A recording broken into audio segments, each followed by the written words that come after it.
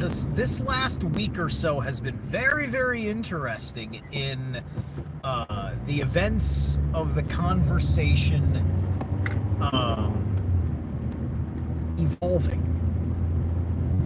on the esoterica side of YouTube.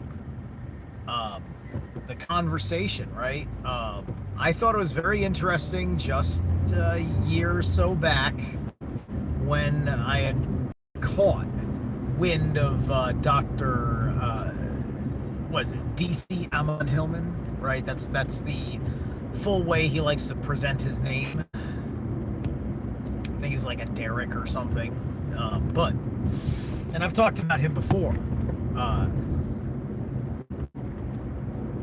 And you know, the interesting feelings that come to mind about his particular delivery, because of how I try to play outside of the paradigms, and he's like rebranding the paradigm, but I'm not sure. I'm still not 100% sure exactly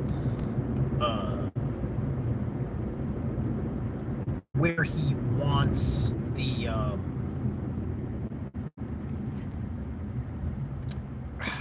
where he wants the vernacular that was invented to be and go, right?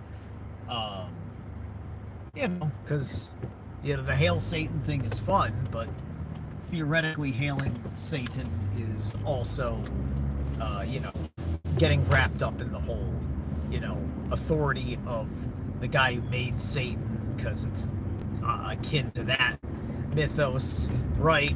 But that's only in the traditional view of Satanism. Doesn't go that way. He's saying it from his specific thing, which is the joke, right?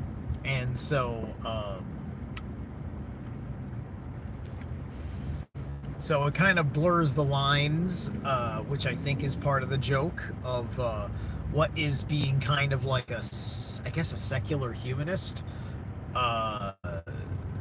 which is very, I guess, open to paganism, right? Open to, but isn't. I don't know. I'm still getting a vibe for if there's something like he's so good, like with his teaching acumen, that I almost make the assumption that he is like doing something, not something wrong, but the whole point is that his class is teaching that something that has been considered wrong is not wrong, right? But there is a conversation about the wrong way to do it and the wrong people to do it with. So, what's up, Theolux? And yesterday or whatnot, or today, Emily Moyer did a big fucking conversation with Dr. Hillman, and it was about what I expected it to be, because Emily is fucking amazing at what she does. What's up, Sadiko? I'll have a booger showing. Thank you. That's for you, love. You can have it. Anyway,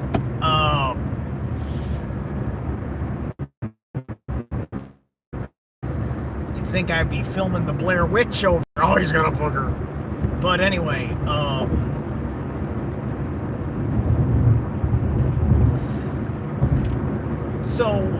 and then last week, it's the fact that he got on the radar of Theoria Apophasis, who is very big about the classical Greek as well as the Sanskrit. I mean, and he's sitting there saying, well, look, I don't know Dr. Hillman from a hole in the ground, but what he says about the fucking Greek Bible is true. It is what it says in there. Right? And so this is crazy, right? This is like, because when his first like year doing all this stuff, going through satanic initiation, as he lovingly calls it, he's definitely getting it, like he's a heel, Like he's an awesome heel wrestler, right? What he's doing is like Vince McMahon, like when he's on a good day, you know, late attitude era fucking Undertaker. Like, let's crucify my daughter. Good day, Vince McMahon. That's Dr. Hillman during Satanic Initiation. I found it funny.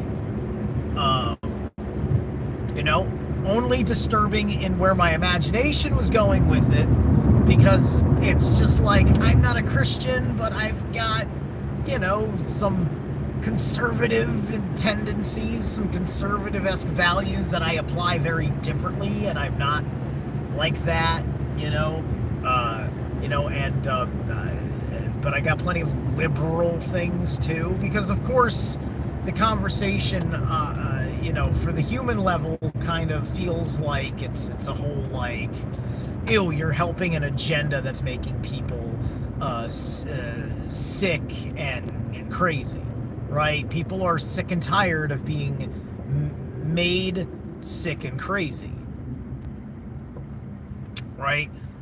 And a lot of that got wrapped up into the left's example of a human spirit-free lifestyle. In a way that people got to understand the distinct difference between, who you are navigating the world versus who people tell you are navigating the world. Nobody in their goddamn fucking right or left mind has a goddamn right to fucking like give you unsolicited fucking sexuality tips. What the fuck is that? Right?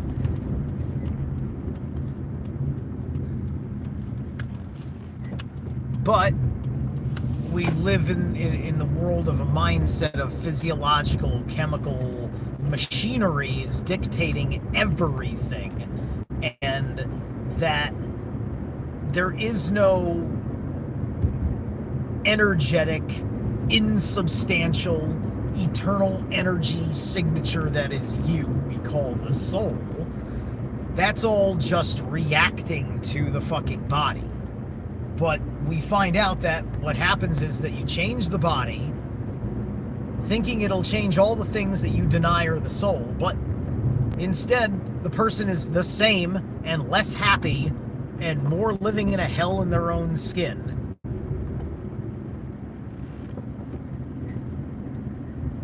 And you are telling them that they're doing all the right things to be happy, existing here in this life, having fun, right? So on and so forth. It kind of gets to like the movie Soul, which is an interesting dissertation idea on purpose versus spark, right? There's an interesting interplay in that film about what is your purpose and what is your spark, and what's the distinction, because the main character is confused about that in this movie, right? And it's a big point to the linchpin at the end, right? Is that your spark is just why you want to be alive, right? Like, what energizes you about being here? Like, that's not your purpose. And the movie makes the point that, oh, we're not here to tell you what your purpose is, right? That's not what the bit is about, right? And that's what makes the movie interesting, because there's no God in the Souls movie, but there are archons. You've got the Jerrys and the Terrys. The Terrys are fucking like ridiculously OCD bureaucrat types. Harmless, right? But without the context of, we gotta get this guy to the great beyond. Well, without the context, you just think he's the villain. He's the antagonist as a literary device. He's an antagonist, right? He's the closest thing to a villain in the story. But he's really just a fucking dude who's just really good at his fucking job. And if you understand the job at a more metaphysical level, and that's the heart plays on that, and then you sit in the God role watching the movie. You are God making the judgment on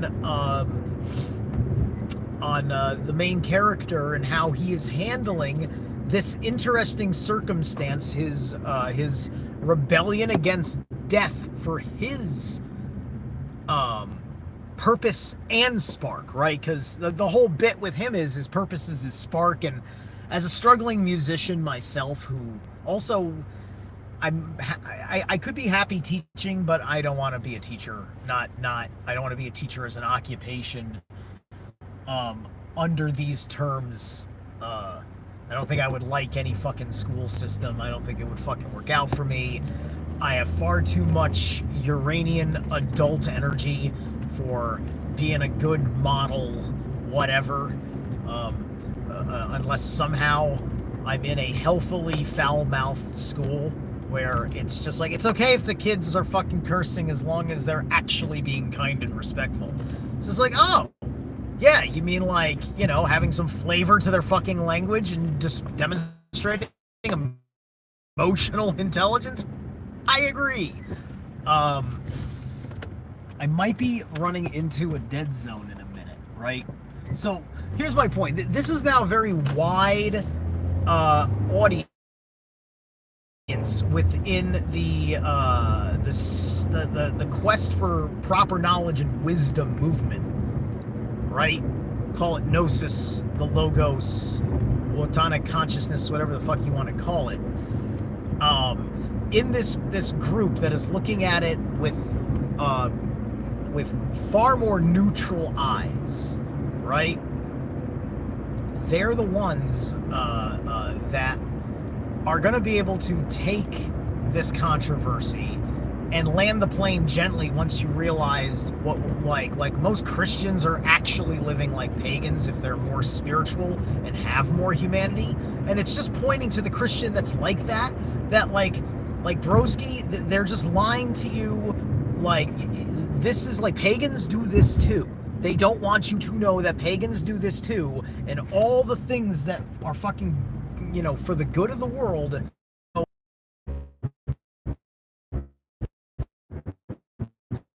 I mentioned that